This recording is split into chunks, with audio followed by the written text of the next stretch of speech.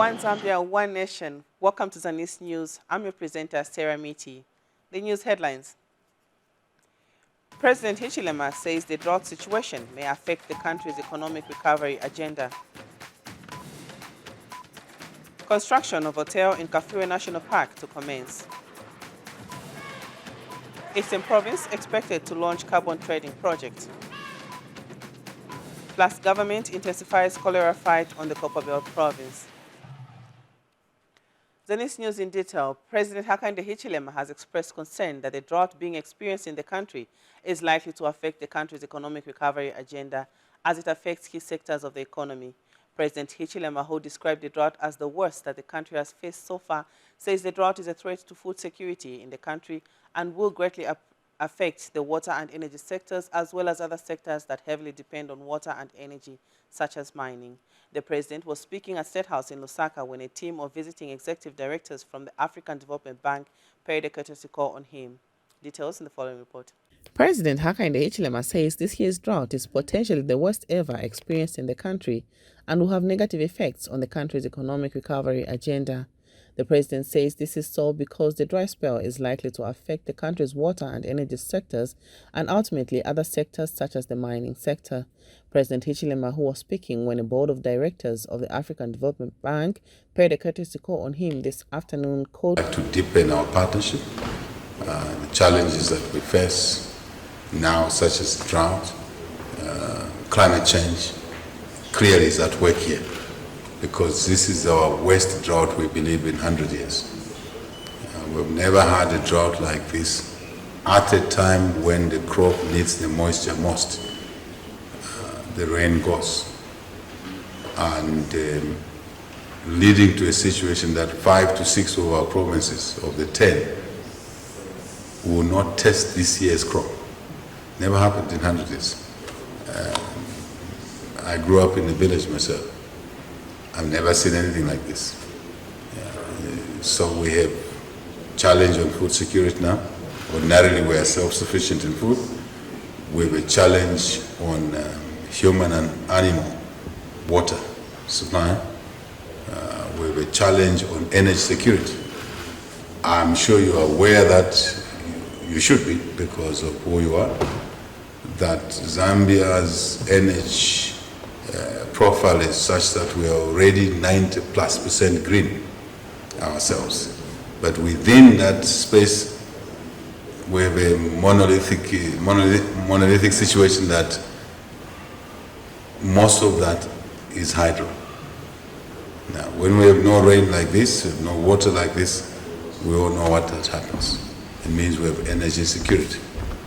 And when we have energy security, it means that we now have a serious impairment on other sectors which depend on energy, depend on water, depend on energy. I'd like to work with yourselves as we meet my colleagues in the ministries.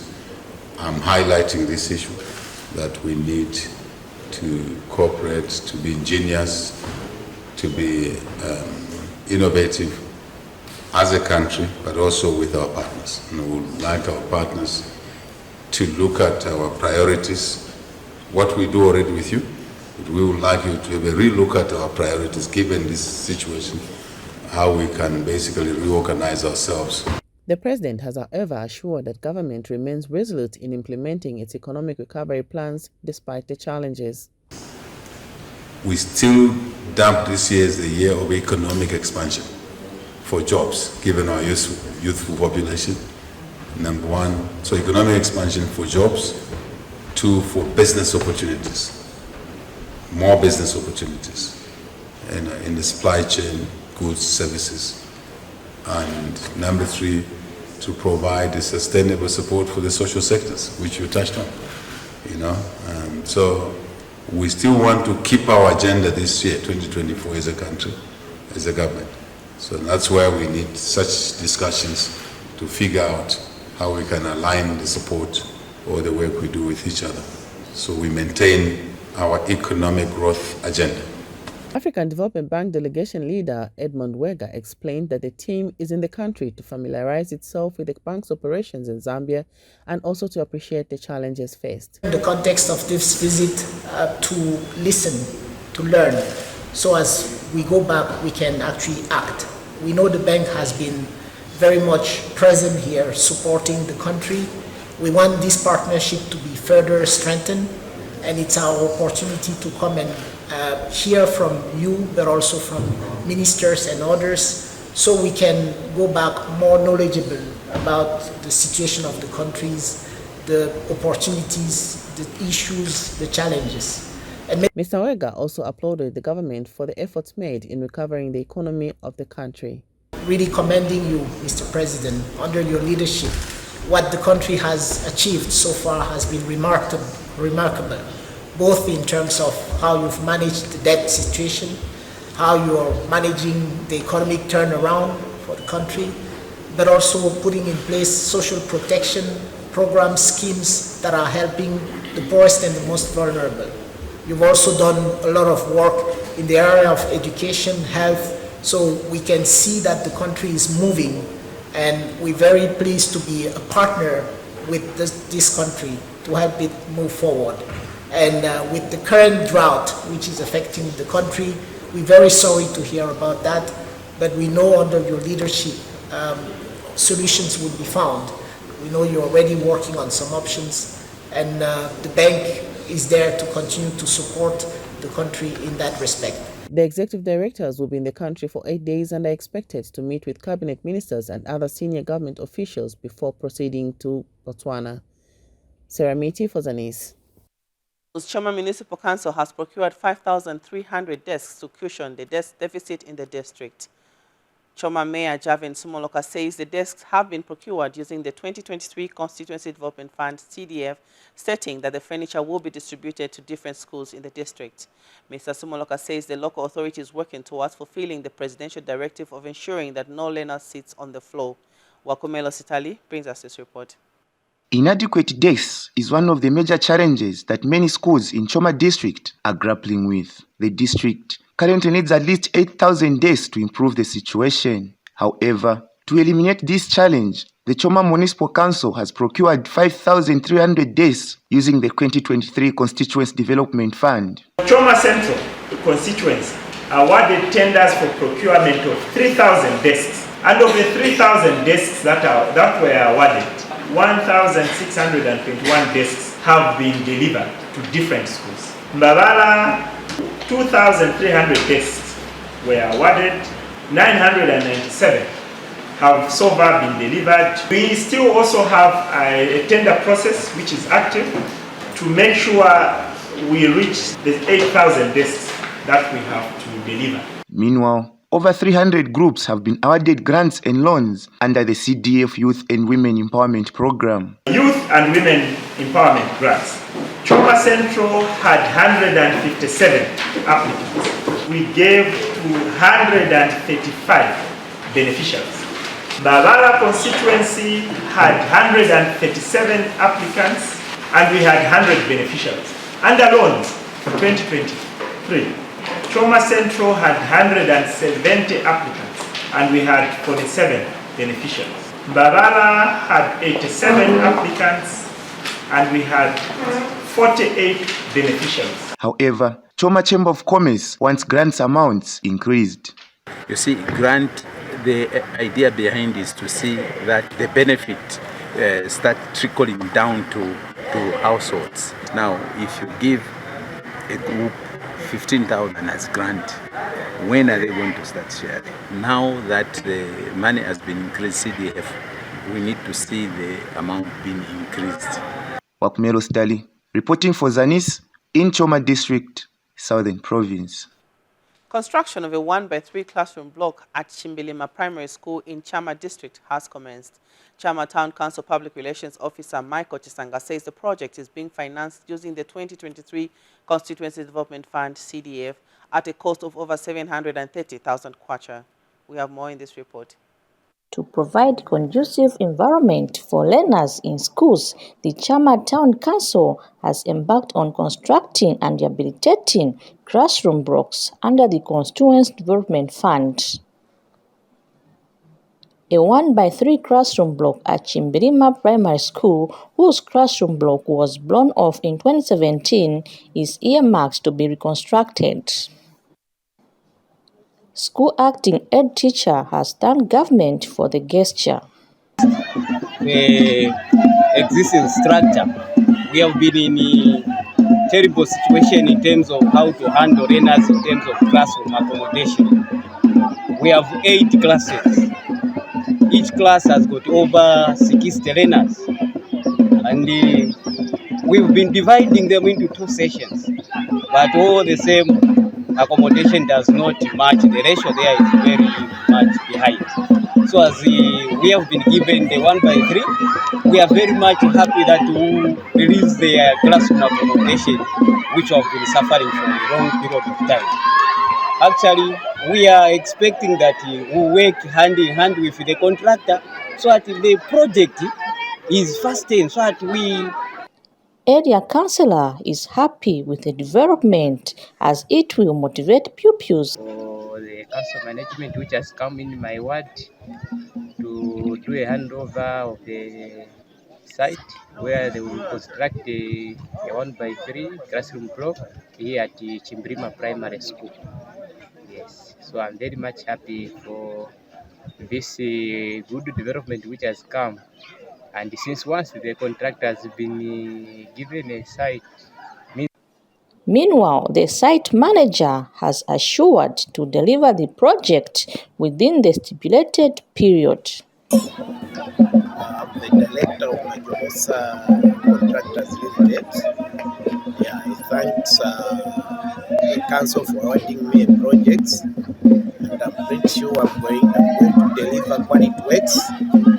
Yeah, for the UPND government. Thank you so much.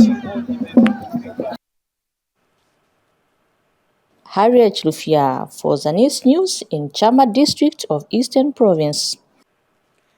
Thank you, Harriet, for that report. Meanwhile, Lusaka Province Minister Shio Mulyata says government will not hesitate to discipline teachers who will be reported abusing girls in school.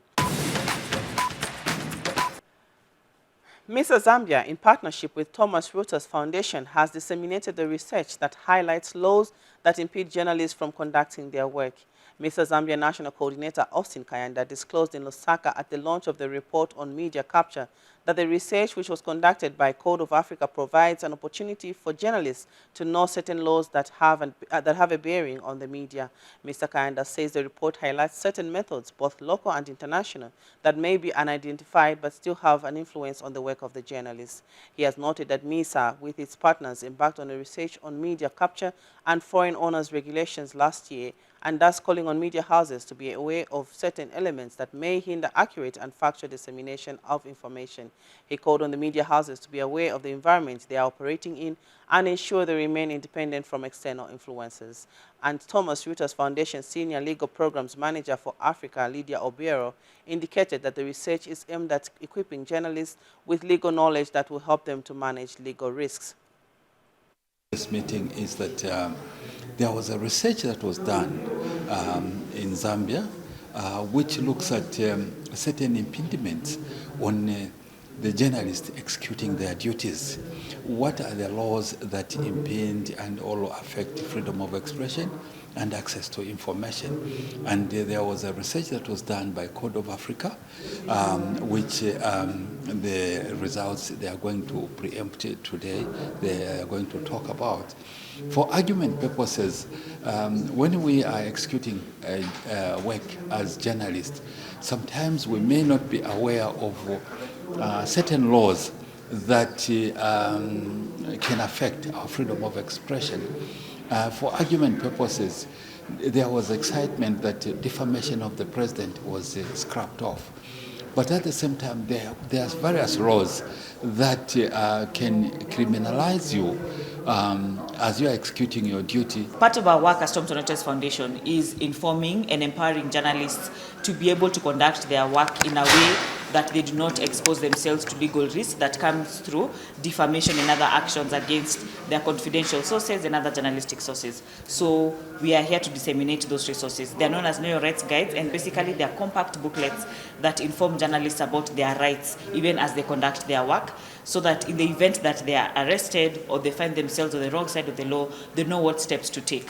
But it also informs them on how to operate on the right side of the law to ensure that they are not oppressed because of the work they are doing, by ensuring that they are managing the legal risk even as they conduct their journalistic work.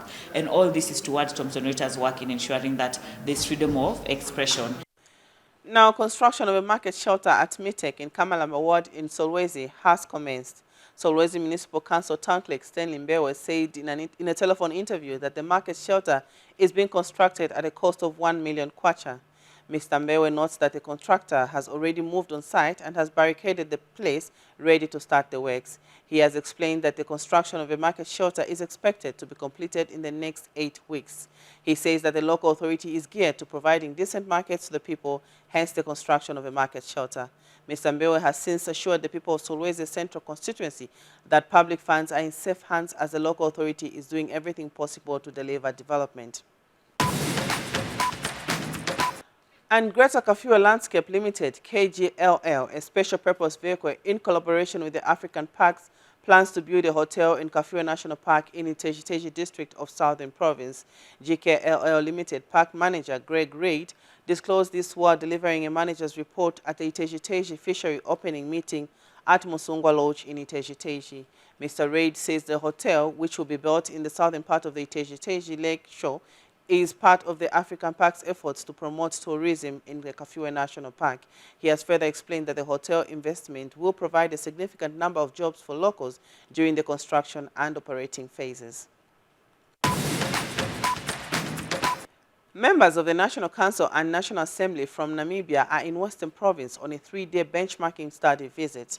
The visit is aimed at sharing ideas on managing road infrastructure development and responding to the impact of floods and droughts. Western Province Permanent Secretary Sumomo Akapelwa says Zambia and Namibia share the same cultural characteristics.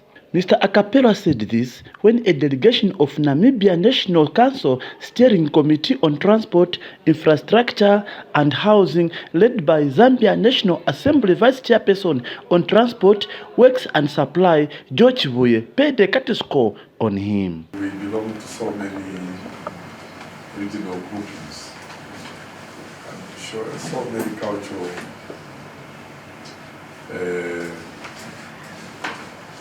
characteristics and events and so on. So when you come here to compare notes, it's to your advantage, it's also to our advantage, because dialogue is dialogue, it goes both ways. We also share some characteristics of the terrain of the land. We have very sandy terrain. And George Vuye is a Zambia National Assembly Vice Chairperson on Transport, Works and Supply. And also want to know how we as a committee under Transport, Works and Supply and the National Assembly of Zambia, how we manage the bills that are referred to our committee and the process that follows. And also the international treaties and agreements. I'm sure you are aware, PS, that Zambia, Namibia, DRC, I think Congo, we're looking at the corridors, the corridors that we want to look at, and it involves quite a number of countries. Whatever we discuss shall be beneficial to them.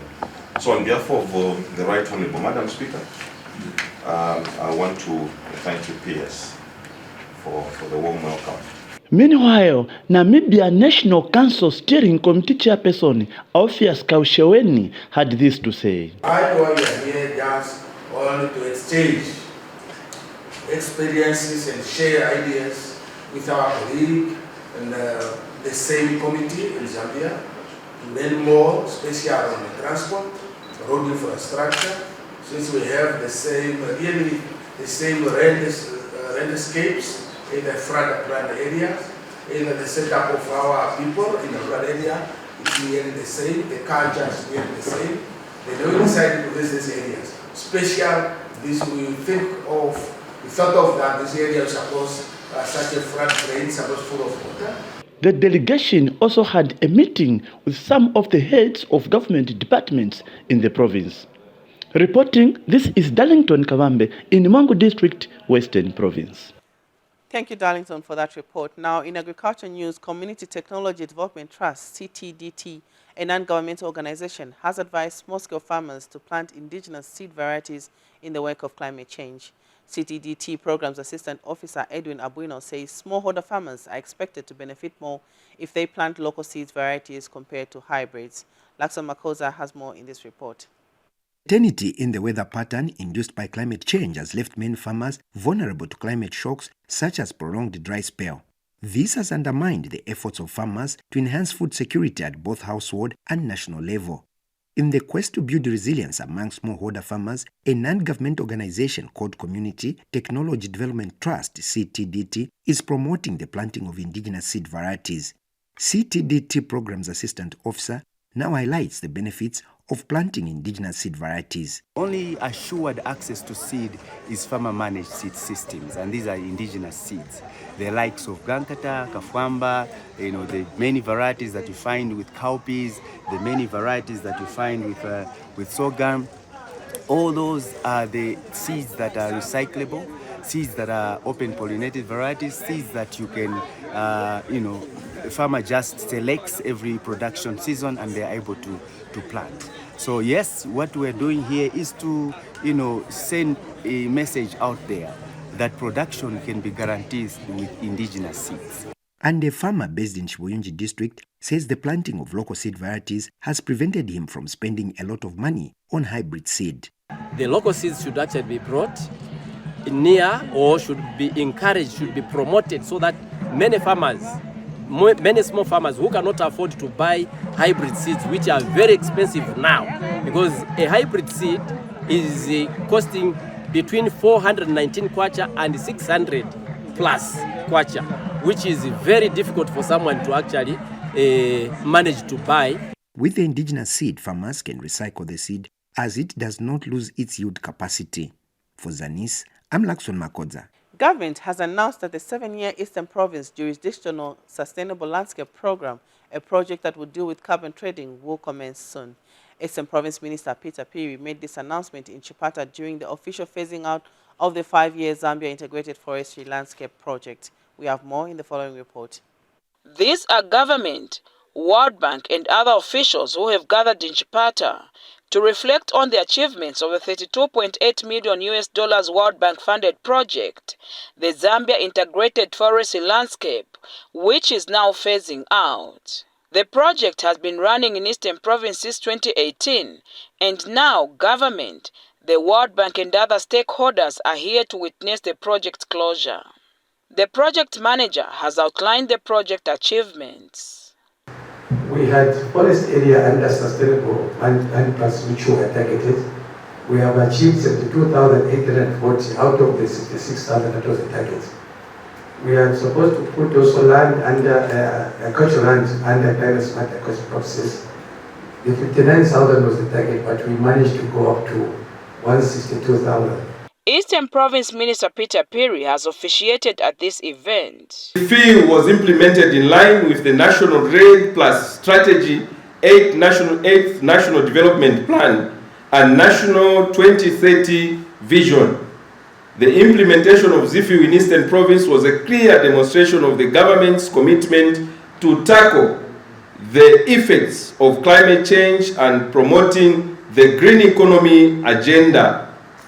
The ZIFU was one of the flagship projects under the Ministry of Green Economy and Environment, which significantly contributed to the improvement of the rural livelihoods through sustainable management and utilization of agriculture, forestry, and wildlife resources.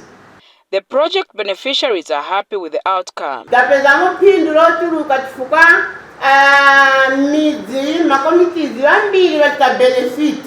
Na business yatu wanu wagula pafupi saladi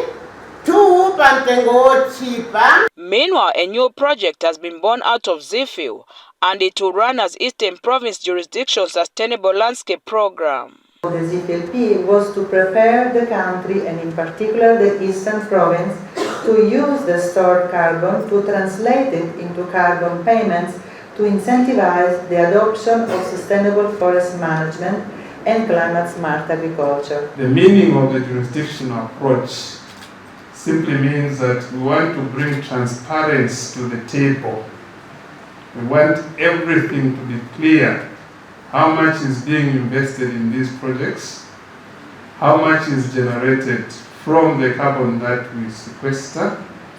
At what price are we selling that carbon? Asim Tafela, Zanis, Chipata District, Eastern Province. Now, government says it is committed to transforming Zambia into a regional transport and logistics hub by the year 2028. Minister of Transport and Logistics, Frank Tayali, says the commitment by government is shown through its promotion and involvement of the private sector in infrastructure development and service provision in the various modes of transport and logistics. Mr. Tayali said this in a speech read on his behalf by Ministry of Transport and Logistics Permanent Secretary Frederick Malusaka at the 2024 Transport Sector Performance Review Forum in Lusaka.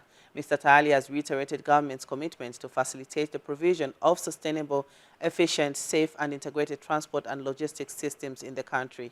Meanwhile, African Development Bank transport specialist Daniel Isoba says the annual investment needed for African transport stands at 35 to 47 billion United States dollars.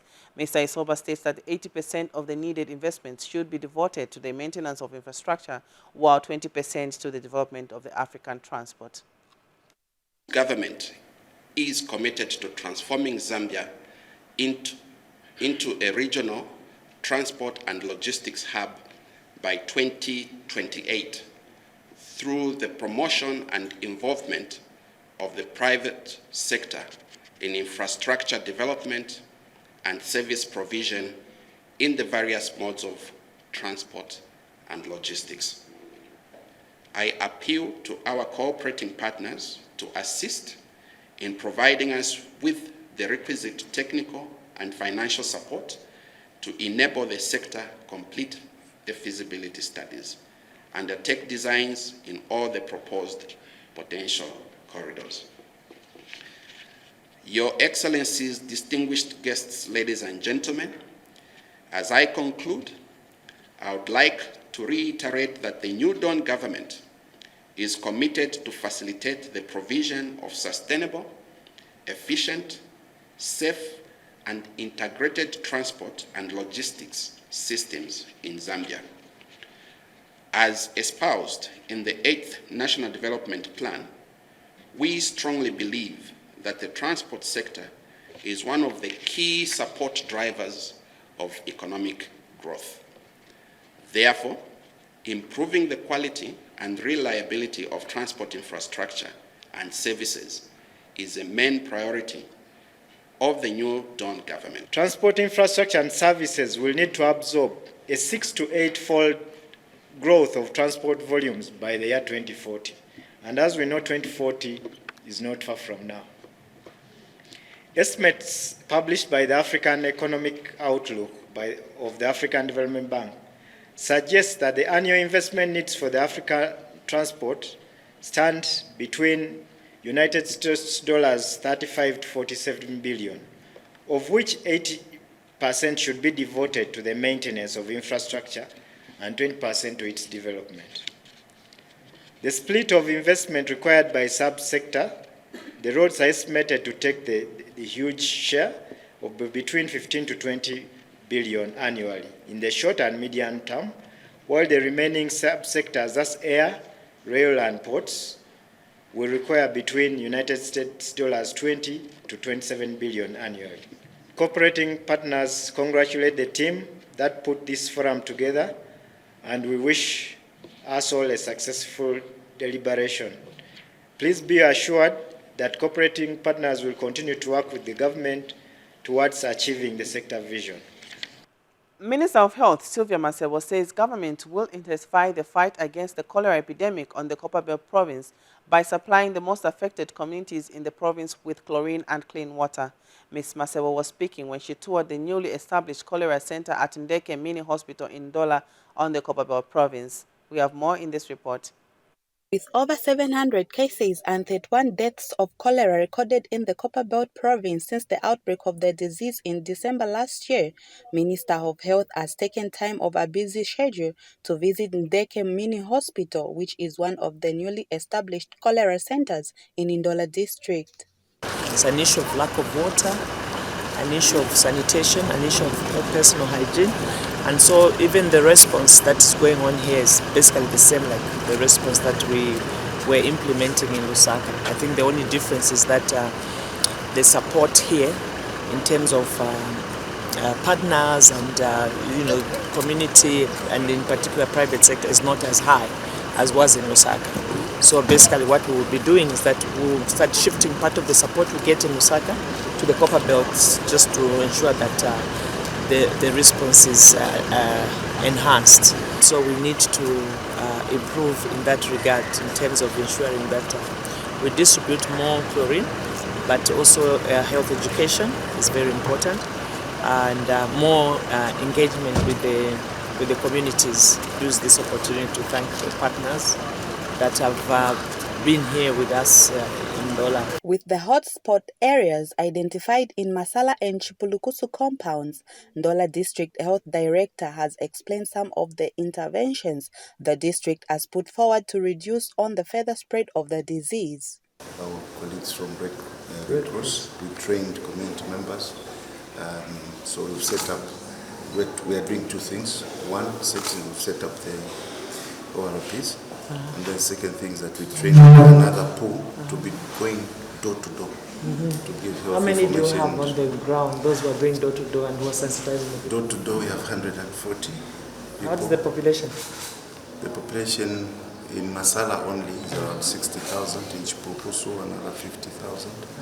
So those are the main, because we're looking at the hotspots only, we're not covering the whole district, but just this where we're getting more than combined more than 70% of the cases. Doctors Without Borders have continuously rendered support to government in the fight against cholera. So at the moment there were like 33 water points that have been chlorinated, that have been targeted according to the cluster of cases. However, it's not enough if you compare to the number of shallow wells. So there is How like... many shallow wells do they have? 1,000. 1,000? But the situation, so we are distributing also with the support of the province, of the district, hygiene kit with chlorine and soap directly in the areas that are most affected when we are suspecting some infected shallow wells. So there is 3,000 households going to be distributed starting from tomorrow and after tomorrow. This comes after a rise in cholera cases in the Copperbelt province that keeps on fluctuating on a daily basis. Jacqueline Moba, reporting for Zanis in Ndola. Still in health news, the Health Professions Council of Zambia, HPCZ, has heightened security at the ongoing professions licensure examinations to avoid a repeat of the recorded malpractice last year. HPCZ Public Relations Manager Terry Musonda says so far no reports of malpractice have been recorded from the ongoing licensure examinations that commenced on Monday, February 26, 2024. Mr. Musonda notes that the lessons were learned from the previous incidents and that the system has since been tightened. Speaking in an interview, Mr. Musonda disclosed that with over 4,000 candidates undertaking the examination, assurance has been given that going forward the procedure remains incidence-free.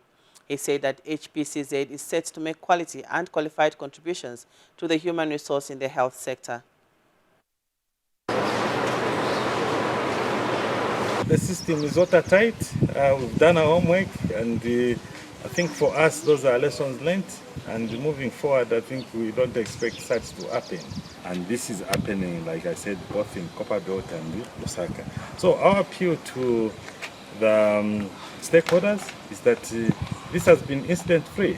And like we've been repeatedly mentioning that licensure is here to stay. And despite one or two challenges which may come along the way, we are equal to the task. And as HPCZ, we are set to contribute to make a contribution to the human resource for health. We are talking about quality here. not just having numbers offloaded by training institutions. Government has dispersed 2.3 million kwacha to 114 cooperatives in Mufulira district of Kankoyo constituency on the Copperbelt province using the 2024 Constituency Development Fund CDF grants. Transport and Logistics Minister Frank Tayali, who handed over the grants, observed that Mufulira has increased business prospects amidst the transition of Mopani copper mines to a new investor. Meanwhile, Kankoyo Member of Parliament Hudson Mabeta urged recipients to avoid misuse of funds. More in this report. In a bid to stimulate local development, the government has disbursed 2.3 million kwacha to 114 cooperatives in Kankoyo constituency through the 2024 Constituency Development Fund CDF grants. Transport and Logistics Minister Frank Tayali handed over the grants and encouraged beneficiaries to capitalize on forthcoming business opportunities, especially with the transition of Mopani copper mines to a new investor, promising increased employment prospects in the district.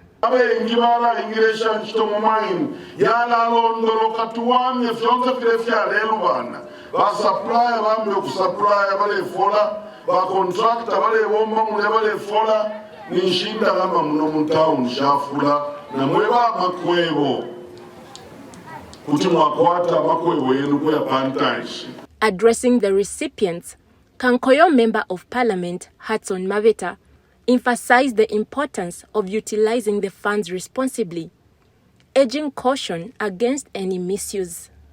Every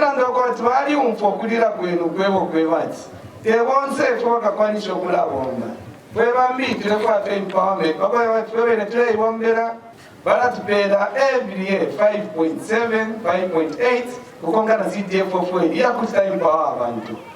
Mufulira Mayor Tanaeli Kamanga underscored the government's commitment to equitable distribution of resources, ensuring that all Zambians, regardless of their political affiliation, have equal access to the grants.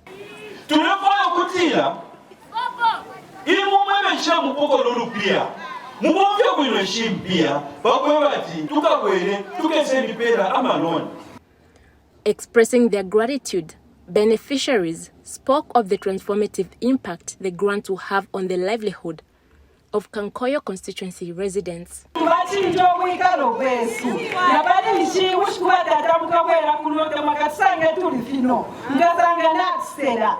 Rachel Chisulo, Zanis, Mufulira. Finally, in the news, Chirundu Town Council Chairperson Nevas Mujindu says the World Development Committees, WDCs, are key in actualizing the decentralization policy as espoused by President Hakainde Hichilema. Mr. Mujindu has since called on all stakeholders to take keen interest in the formation of WDCs as they are critical in the developmental process. Here's more in this report.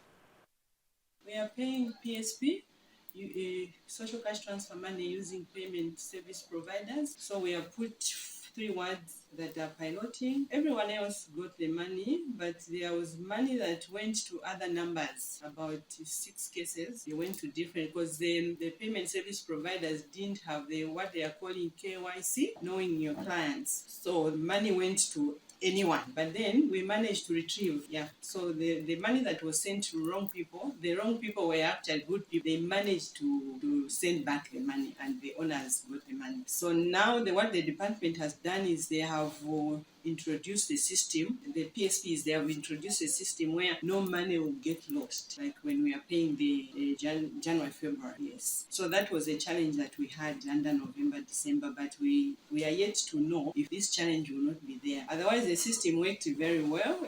We are even thinking that if the entire caseload can be on PSP, it will reduce a lot of factors to us. In terms of paper, we are spending too much stationery. We are spending too much money to pay the pay point managers. So if they are on PSP, at least it will reduce a lot of unnecessary comments, maybe from people that may not trust our services.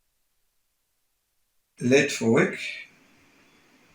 Some they even report early in the morning, just for the sake of reporting. And later, they disappear. I want also to assure you that with the way things maybe they are changing, let's avoid you report then you disappear. Sometimes even a father at a home, you call your son or your daughter, do this, he doesn't do it, you try to say no, I'll do it, then after some days, because off is not good, and it's not always good maybe for maybe me or the dad to always to be on your neck, always to check on you. Yes, once in a while, it's our wrong, but there's a purpose why you are also employed. We must make sure that even our subject, they know to say they are employed by the government to give services to the people. As we end the news, we take a look at the stories that made headlines once again. President Hichilema says the drought situation may affect the country's economic recovery agenda. Construction of hotel in Kafue National Park to commence. Eastern Province expected to launch carbon trading project. Plus, government intensifies cholera fight on the Copperbelt Province. And that is all we had for you on Zanis News. Thank you so much for joining us. This has been Sarah Miti. Goodbye.